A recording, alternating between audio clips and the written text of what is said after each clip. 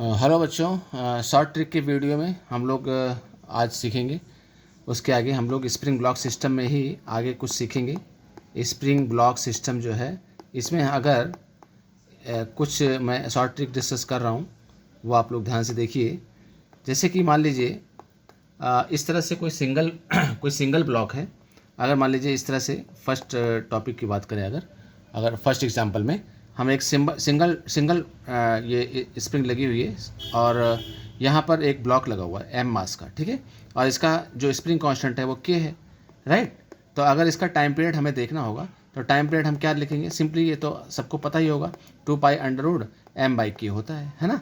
अब लेकिन मान लीजिए इसी में जो सिंगल स्प्रिंग लगी है वो कुछ इस तरह से लगी हो। इस तरह से मान लीजिए एक स्प्रिंग आपको दिया हुआ है, एक पुली से होता हुआ यहाँ पर एक स्प्रिंग कनेक्ट हुआ है ये, और यहाँ पे हमने एक इसको रिजिड सपोर्ट दे दिया है और ये एक ब्लॉक यहाँ पर मैंने लगा दिया।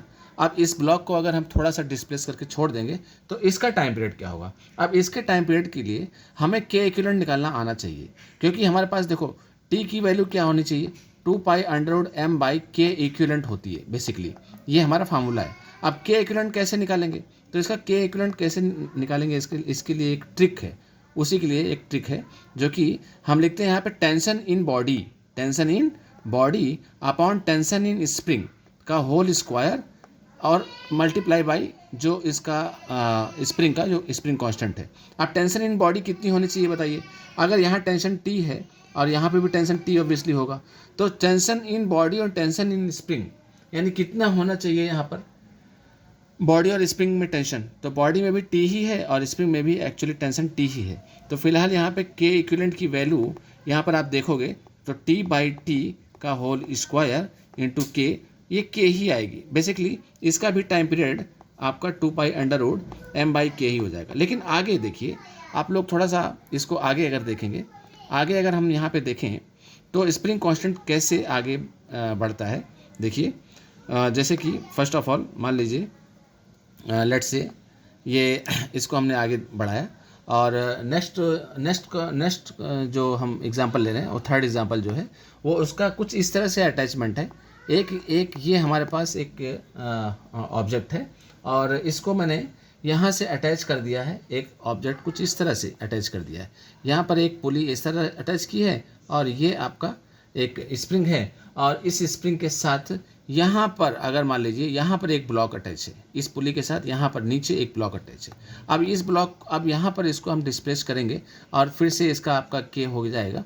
तो इसका स्प्रिंग यहाँ पर अगर हम टेंशन देखेंगे तो टी हो जाएगा, इसमें भी टी हो जाएगा, लेकिन इसमें टेंशन कितना हो जाएगा, 2t हो जाएगा। तो इसका अगर के इक्विवेलेंट, इसका अगर टाइम पीरियड निकालना होगा तो इसका टाइम पीरियड हमारे पास क्या हो जाएगा, 2π√m/k इक्विवेलेंट हो जाएगा ना। अब के इक्विवेलेंट की वैल्यू यहाँ पे देखिए, इसके लिए के इक्विवेलेंट क्या हो जाए भाई, टेंशन इन बॉडी में टेंशन बताइए कितना है, 2t है, और टेंशन इन स्प्रिंग कितना है, स्प्रिंग में टेंशन t है। तो यहाँ पर इसकी स्क्वायर करके मल्टीप्लाई बाई के करेंगे तो इसकी वैल्यू क्या आनी चाहिए, 4k के बराबर आनी चाहिए ना, 4k। तो यहाँ पर बताइए टेंशन इसका जो टाइम पीरियड है वो कितना हो जाएगा, 2π√m/4k हो जाएगा। तो ये इसका टाइम पीरियड हो जाएगा, ठीक है।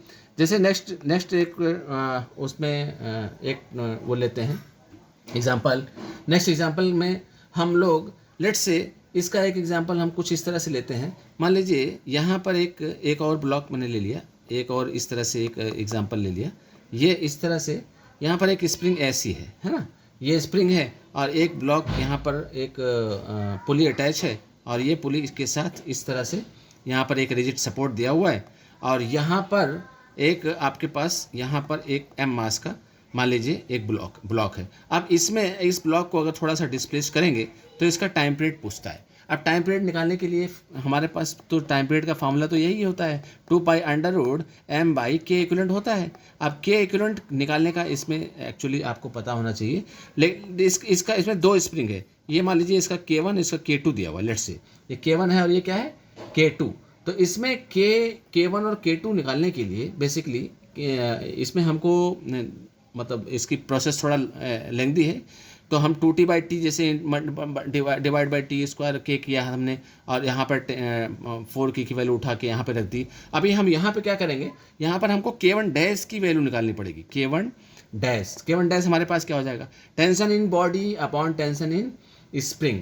हाँ, 1 के लिए देखो, tension in body upon tension in spring. Tension in spring कितनी है, 2T है, ऑब्वियसली 2T है ना, इंटू K1। ये हमारे पास देखो K1 के लिए, मतलब इसके लिए अगर हम निकाल रहे हैं, टेंशन इन बॉडी यहाँ पे कितनी होगी, ये मान लो T है, ये भी T है, तो ये कितना हो जाएगा 2T, मतलब इस स्प्रिंग में टेंशन कितना हो जाएगा 2T हो जाएगा। अब बॉडी में कितना है, T है, तो T/2T का होल स्क्वायर इंटू K1। मतलब यहाँ पर बताइए K1 डैश हमारे पास कितना आ रहा है, K1 डैश की वैल्यू आ रही है K1/4 आ रही है, ठीक है। उसी तरह से अगर हम आगे देखें, अगर हम इसके आगे देखें K1/4 जो आ रही है, मतलब इट्स से लेट्स से, अभी देखिए इसमें हम आगे अगर इसको थोड़ा सा आगे करते हैं तो अब K2 इसी तरह से सिमिलरली K2 डैश निकालिए। तो K2 डैश की वैल्यू देखिए क्या आ रही है, K2 डैश हमारे पास आ रही है, K2 dash will be equal to tension in body upon tension in spring, यानी कि यहाँ पर टेंशन इन बॉडी और टेंशन इन स्प्रिंग K2 के लिए सेम है, इसलिए ये हमारे पास हो गया इंटू K2, यानी यहाँ पर K2 ही आ रहा है, ठीक है। तो बताओ टेंशन कितना आ रहा है, टेंशन सॉरी टाइम पीरियड क्या हो जाएगा, 2π√m/k इक्विवेलेंट, k इक्विवेलेंट। अब यहाँ पे k equivalent is equal to क्या हो जाएगा, k इक्विवेलेंट हमारे पास क्या हो जाएगा, दैट इज 2π√m/, और उसके लिए हमारे पास K1/4 था, तो यहाँ पे हम 4/K1 और प्लस 1/K2 लिख देंगे, ठीक है ना, 1/K2। देखो m/k इक्विवेलेंट, मतलब इसके लिए 1/K2 और पीछे वाला K1/4 था, तो ये आपका टाइम पीरियड का फार्मूला होता है। वेरी इंपॉर्टेंट ट्रिक्स हैं ये, आपको अगर बहुत ध्यान से आप देखेंगे, क्योंकि ये सब क्वेश्चंस रिपीट होते ही हैं, इसलिए बहुत ध्यान से आपको इसको देखना है। एक और बहुत अच्छा सवाल हम लेते हैं यहाँ पे, जैसे मान लीजिए एक नेक्स्ट जो क्वेश्चन है, नेक्स्ट क्वेश्चन हमने लिया, एक यहाँ पर एक इस तरह से एक रिजिड सपोर्ट दिया है एक स्प्रिंग को, और ये आपके पास यहाँ पर एक स्प्रिंग है, और यहाँ पर इस तरह से हमने यहाँ पर एक पुली लगा रखी है, और यह पुली यहाँ से फिर से कनेक्टेड है इस यहाँ से इस तरह से, और यहाँ पर फिर से मैंने एक स्प्रिंग लगा दिया, और ये यहाँ से एक स्प्रिंग लगा करके यहाँ पर कनेक्ट कर दिया। मतलब इसमें कितने स्प्रिंग है भाई, इसमें 3 स्प्रिंग है, और यहाँ पर एक ब्लॉक कनेक्ट किया है, यहाँ पर एक ब्लॉक की, मतलब इसकी वैल्यू यहाँ पर मान लीजिए K1 है, इसकी कितनी है K2 है, इसकी मान लीजिए K3 है। अब इसका टाइम पीरियड आपसे पूछता है, तो इसका टाइम पीरियड क्या होना चाहिए, मतलब अगर इस ब्लॉक को मैं थोड़ा सा डिस्प्लेस करके छोड़ दूंगा तो इसका टाइम पीरियड क्या होना चाहिए, वो टाइम पीरियड कैसे निकालेंगे वो आप ध्यान से देखिए। टाइम पीरियड निकालने का तरीका इसका क्या है, आप लोग सब लोग पहले इसको इस डायग्राम को अच्छे से देख लो, इसको डायग्राम, इसी डायग्राम पे हम बात करने वाले हैं। तो इसमें भी मतलब first of all K1 dash, K2 dash and K3 dash, इस तरह से हमें सेपरेटली देखना होगा ना। तो K1 डैश की वैल्यू बताइए क्या होगी, देखो ध्यान से देखो, K1 डैश की वैल्यू यहाँ पर होनी चाहिए, दैट इज T1 मतलब tension in body upon tension in spring. तो बताओ बॉडी में टेंशन कितना है, देखो यहाँ से टेंशन हम लेना स्टार्ट करेंगे ना, तो ये टेंशन T है, ये भी टेंशन T हो जाएगा, यहाँ पे भी टेंशन इसमें T है, तो यहाँ क्या हो जाएगा 2T हो जाएगा, ठीक है। ये T है, तो देखो ये सेम रोप है, तो मतलब इसमें भी टेंशन T है, लेकिन यहाँ पे टेंशन कितना है 2T है। तो अब इस पर आप K1 डैश की वैल्यू देखिए, तो tension in body upon tension in spring, तो बॉडी में T है और K1 में भी T है, तो हम क्या लिखेंगे बताओ, T/T लिखेंगे इंटू K1 लिख देंगे, मतलब ये वैल्यू तो K1 ही आ गई। बराबर समझ में आ रहा है ना सबको। अच्छा K2 डैश बताओ, देखो बेटा K2 डैश अगर लिखेंगे तो K2 डैश की वैल्यू हमारे पास देखो, टेंशन इन बॉडी K2 देखिए, K2 यहाँ पे है, टेंशन इन बॉडी T है, T/2T, तो यानी कि 2T/2T का होल स्क्वायर इंटू यहाँ पे क्या लिख देंगे K2, तो ये वैल्यू क्या हो जाएगी बताइए, K2/4 हो जाएगी। सिमिलरली K3 की वैल्यू क्या होनी चाहिए, K3 की वैल्यू आपका हो जाएगी T/T का होल स्क्वायर इंटू K3, मतलब यहाँ पर इसकी वैल्यू क्या आ रही है, K3 आ रही है। अब इसकी वैल्यू लिख दो, अब इसको फटाफट आप T equal to 2π√m/k equivalent, यानी कि 2π√m/k इक्वलेंट, तो मतलब हम कैसे लिखेंगे, m को बाहर रख लीजिए और इसको उल्टा करके लिख दीजिए, यानी यहाँ पे इसको देखो, यहाँ पे K1 था तो हम क्या लिखेंगे, m/K1 है ना, नीचे K होता है, तो हम क्या लिखेंगे 1/K1 प्लस 4/K2, हाँ उल्टा करके लिखना है, प्लस 1/K3, मतलब ये जो है आपका टाइम पीरियड हो जाएगा, ठीक है। ये आपका टाइम पीरियड हो जाएगा। क्या सबको समझ में, इसमें बात समझ में आ रही है क्या?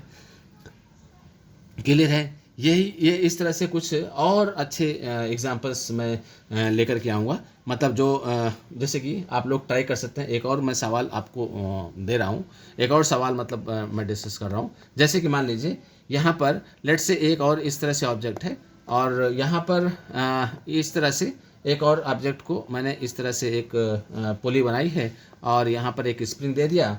एक स्प्रिंग में फिर से यहाँ पर इसको इसको इस स्प्रिंग से साथ यहाँ पे कनेक्ट किया, बेसिकली ये ऐसे कनेक्ट किया है, और यहाँ पर मैंने एक ब्लॉक बना दिया है, और इसको मैंने एक यहाँ से एक और स्प्रिंग लगा करके इस तरह से एक रिजिड सपोर्ट दिया है। इसका आपको टाइम पीरियड पूछता है। तो फिर से देखिए, ये ब्लॉक एम है, इसको डिस्प्लेस करोगे तो ये बॉडी में कुछ टाइम पीरियड जो भी ऑसिलेशन आएगा, उस ऑसिलेशन का हमको टाइम पीरियड निकालना होता है। तो उस ऑसिलेशन का टाइम पीरियड निकालने के लिए सबसे पहले आपको टेंशन का डिस्ट्रीब्यूशन करना है। तो यहाँ पे टी देखो, यहाँ पे टी हो गया, यहाँ पे भी टी हो गया, तो यहाँ पे क्या हो जाएगा, 2t हो जाएगा। और यहाँ पर टी है तो यहाँ भी टी हो जाएगा, मतलब फर्दर यहाँ पे क्या आ जाएगा, 2t। तो बताइए अगर यहाँ पर कितने स्प्रिंग है, तो यहाँ पर आप क्या बोलेंगे, 2 स्प्रिंग है। मतलब ये मान लीजिए ये K1 है और ये हमारे पास K2 है। तो बताइए K1 डैश की वैल्यू क्या होनी चाहिए?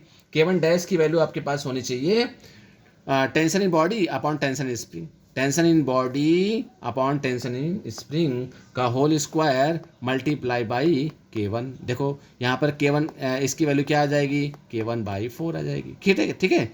अच्छा, K2 डैश की वैल्यू बताइए, तो K2 डैश की वैल्यू क्या हो जाएगी, T/2t का whole square divide multiply by K2। कैसे? Tension in body upon tension in spring, इसमें भी 2t है ना, टेंशन में तो इसमें 2t ही है ना, तो टेंशन यानी कि ये भी, इसकी भी वैल्यू क्या हो जाएगी, K2/4, K2/4। तो फाइनली टाइम पीरियड क्या हो जाएगा, टाइम पीरियड को कैसे लिखेंगे, 2 पाई टाइम पीरियड कैसे लिखेंगे, 2 पाई अंडर रूट में क्या लिखेंगे, m को बाहर रख देंगे और इसको उल्टा करके लिख देंगे, है ना, उल्टा करके, यानी K1/4 है तो ये हमारे पास आ जाएगा 4/K1 प्लस 4/K2। देखो ये आपका आंसर हो गया। ठीक है, तो इस तरह से हमने आपको बताया कि कैसे सिंगल स्प्रिंग हो चाहे मल्टीपल स्प्रिंग हो, किस तरह से हम टाइम पीरियड निकालते हैं। एक शॉर्ट ट्रिक की हेल्प से मैंने आपको बताया। अगर ये आपने मतलब ये आप अच्छे से कर लेंगे तो स्प्रिंग ब्लॉक सिस्टम आपका बहुत पक्का हो जाएगा। इस तरह से नेक्स्ट ट्रिक लेकर के आपको नेक्स्ट वीडियो में हम वापस मिलते हैं। ठीक है, okay students, okay, thank you.